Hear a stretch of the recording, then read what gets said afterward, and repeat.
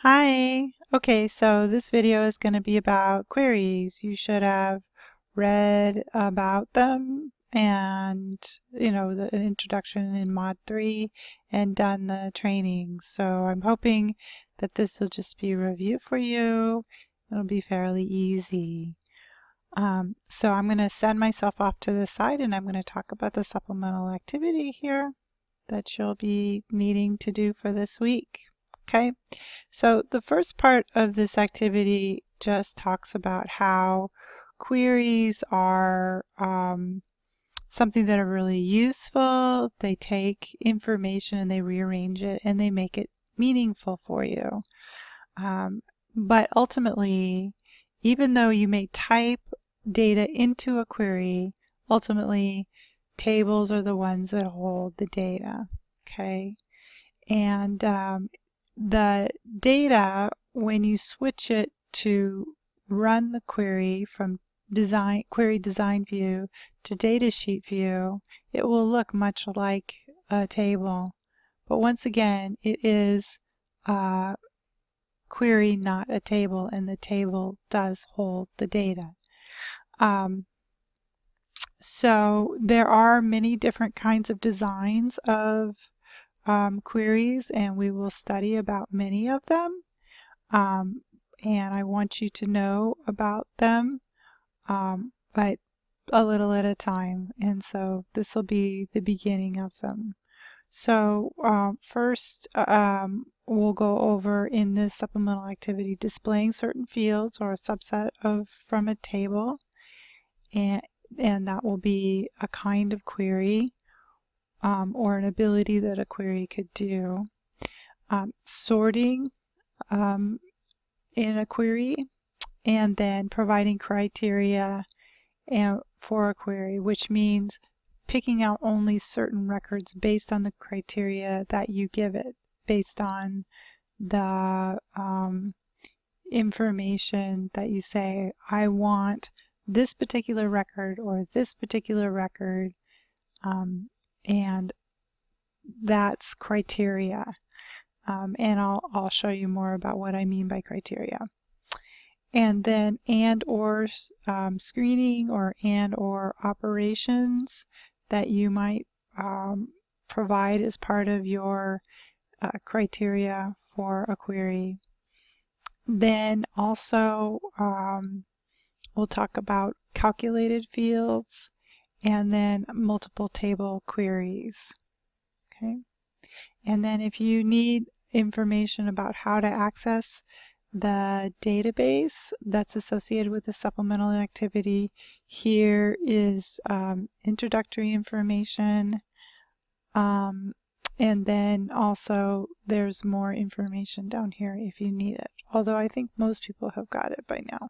Okay. Okay, so the first concept in here that I'm introducing is just something that I'm hoping that you will have gotten from practicing in your SAM training and also reading the book. And so I don't provide a lot of information about how to just to create a basic query and then how to select certain fields or all the fields out of a table.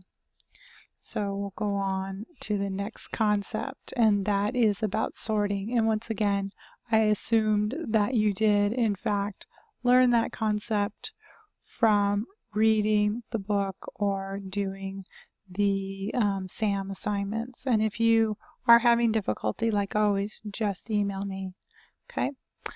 And so here I talk about criteria, and I am going to make this bigger so that you can see it better. Whoops. I always right click when I mean left click. Okay, let's see if this will work here. Okay, so here, right here, we have MAT 121 under this field str class. Okay, so we've brought down all of our fields into the grid, okay, into the query grid in query design view, and I've provided these particular criteria, okay? And notice that I have provided quotes around this string, okay? This set of letters and numbers. And when you have a short text field, you do have to have quotes around them. Now, many times Access will insert the quotes for you, but sometimes if you have spaces or something like that, then you have to put the quotes in yourself. And so for short text fields, you need double quotes, or single quotes will work as well, around any kinds of string or alphanumeric characters that you want to search for. Okay. Now there are other criteria for other kinds of data types. So any field that has a number data type or a date type data type, there are different formatting requirements. So for example, here you'll notice in this example the number here, 0, is not surrounded in double quotes. It's just by itself. So any number does not need a double quote or any other kind of formatting around it. Now, this arrow means less than. So it's less than 0. Okay? No, I'm sorry, I'm wrong. Okay, so the field, whatever field it is, the value in it is greater than 0. That's what that means. I'm sorry. Anyway, and or you could just put in a value like 1996. Or here, date time, you'll notice is the date is surrounded by pound signs. So in other words, instead of surrounding it by double quotes, it's surrounded by pound signs, or hashtags, I guess they call them now. I'm old. Anyway, and so again, with the currency, you're gonna surround it with nothing. You're just gonna have the number itself, and you wouldn't put any dollar signs in it either. You would just put the number itself. And then auto number is the same, just the number. And then for yes, no fields, you can put yes or no. Sometimes I put true or false just because I have a little bit of trouble getting yes or no to work because of all of the auto-populate features that queries have in them. Okay? So for the select query concept number 4, I talk about how you can have criteria that's an and condition. Where two things are true at the same time. For example, here I give you, you may want all students in a table that are in-state students and taking the course Math 121. Or another one would be all who live in Adams County and have red cars and more than one traffic ticket. So you could have all three of those situations. So you don't have to have two, you can have many and situations. Here are some more, here's an example of how you would work out or formulate a situation where you have bio, let's say 201 here. Let's say bio 201, and you must place, and the hours are greater than or equal to 10. Okay, I apologize, this should be right here, 201. So pretend that's a 2. Okay, and I'm gonna notate that, change it. Okay.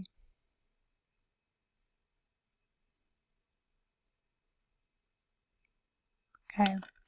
Anyway, so it says here that the way that you're gonna indicate that you have an and situation is you put both criteria. Notice these are criteria rows here. You put them both on the same line.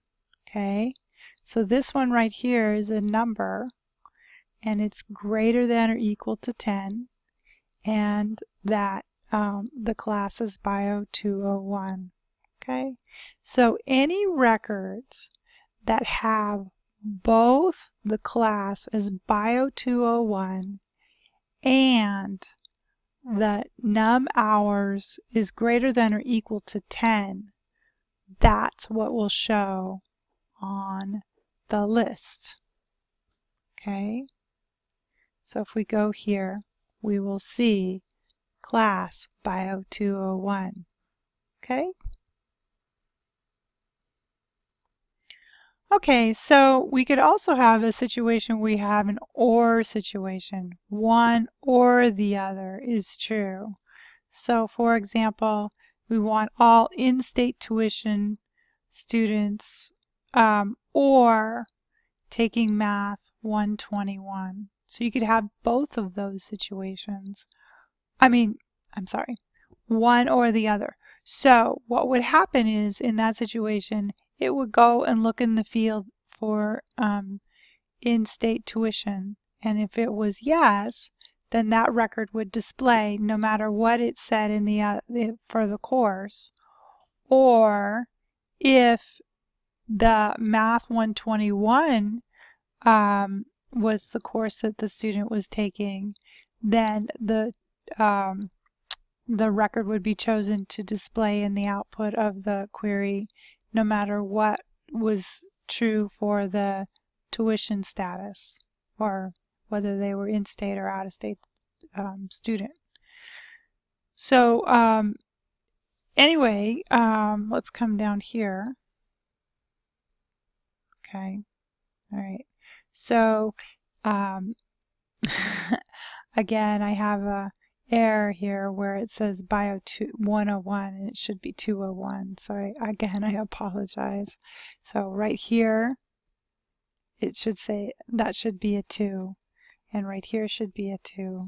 Okay, so I'm sorry about that, but pretend it says 2 instead of 1. Anyway, a list of students who took Bio 201 or service hours of 10 or more hours. Okay, and so this is an or condition. Num hours is greater than or equal to 10, or STR class is equal to Bio 201. Okay, so one or the other. Okay, and so if you come down here and you look, you'll notice that to indicate an or situation, you have to put the criteria on different rows. Okay, so this right here, whoops, let me see. I probably should make this bigger so you can see it. But right there, you can see, hopefully, that this right here is on a different line than this guy. Okay. All right, and so here is the output. And there were too many records. Let's see, let's take me and put me over on the other side. Okay. Anyway, so there are too many records here to show the whole data set. But the point that I want to make is that you'll see here that this is not greater than or equal to 10, but it does have a class of Bio 201, and then here the class is in Bio 201, but the hours are greater than 10 or greater than or equal to 10. Okay. So in this example, what I'm doing is I'm showing how you can have criteria within the same field. So right here, I say, is the class Bio 201 or Math 121? Okay, separated by an or. Okay. Just incidentally, you can't have an and there for a string value because it will never be both Bio 201, for example, and Math 121 at the same time. It can be one or the other, but it could never be both at the same time. Okay, so here is an example of where we have an or within the field, and also tutoring is on the same line as this criteria. So the thing that you want to understand is that what it's saying is that it's Bio 201 or Math 121 and tutoring. So it gets complicated and you have to think about it a while sometimes. Got my dog here. She always likes to help. And here's the output, which you'll be able to look at if you pull up this document. Okay, so the book may have taught you about creating a calculated field, which is on page 156 through 161. You can search that in the ebook by putting in AC 156. Anyway, so you can pull that up and it will talk about the expression builder. I hate the expression builder, so I'm not going to teach you that. I'm going to teach you how to type it directly into the grid. And I'll tell you why I hate the expression builder. It's impossible. It's terrible. But anyway, so let's talk about how you would just type in a field, a calculated field into the grid. Okay, so what I'm talking about is where you bring down your fields in from a table into that grid-like area on the bottom in Query Design. Okay, so here's a format for the most basic kind of calculated field. Okay, you'd have maybe a new field name, whatever your new field name is, colon, old field name. You could also actually have a value there if you wanted. You could say 100 or whatever. But basically, you have this new field name, colon, and something else here. Okay? And so what I've shown you here is that you can rename a field. Okay? And so here's an example in real life. Total hours, colon, num hours. Okay? And there, right there, is the example. Okay? All right. So you can also have a little bit more complicated calculated field. Okay? For example, you would put a new field name, colon, and the calculation, whatever it is over here. And for people in programming, this will make a lot of sense. But down here, total hours, colon, and then here's a calculation. Total hours, colon, and here's a calculation. Okay? All right. And there's different kinds of calculations. Now, here it talks about you can put in square brackets around your field names, and sometimes that is needed, especially if you have spaces in the names of your fields. You can also sometimes have objects that you refer to, like for example a table, and you would put brackets, square brackets around those as well. Okay, so anyway, so that's about how you would format a calculation or a calculated field. Okay. Now, this part right here is talking about functions. Ooh, I'm at 20 minutes. Shoot. Okay. This part right here is talking about functions. And this is a complicated concept, but basically a function is something that that you give the tools to go do what they need to do, and then it returns something back. And if you think about it like machines, you give the dishwasher a set of dishes, and it goes and does what it needs to do, and then it returns back what it's supposed to return. Okay. So functions basically need a name, and then in parentheses you give it the parameters that it needs. And some functions need parameters, need certain sets of information, and some don't. Like for example, the date function, it doesn't need anything, or the now function that doesn't need any kind of information, and it'll return back the current time and date for the now function, and the date function, it'll just return back the current date.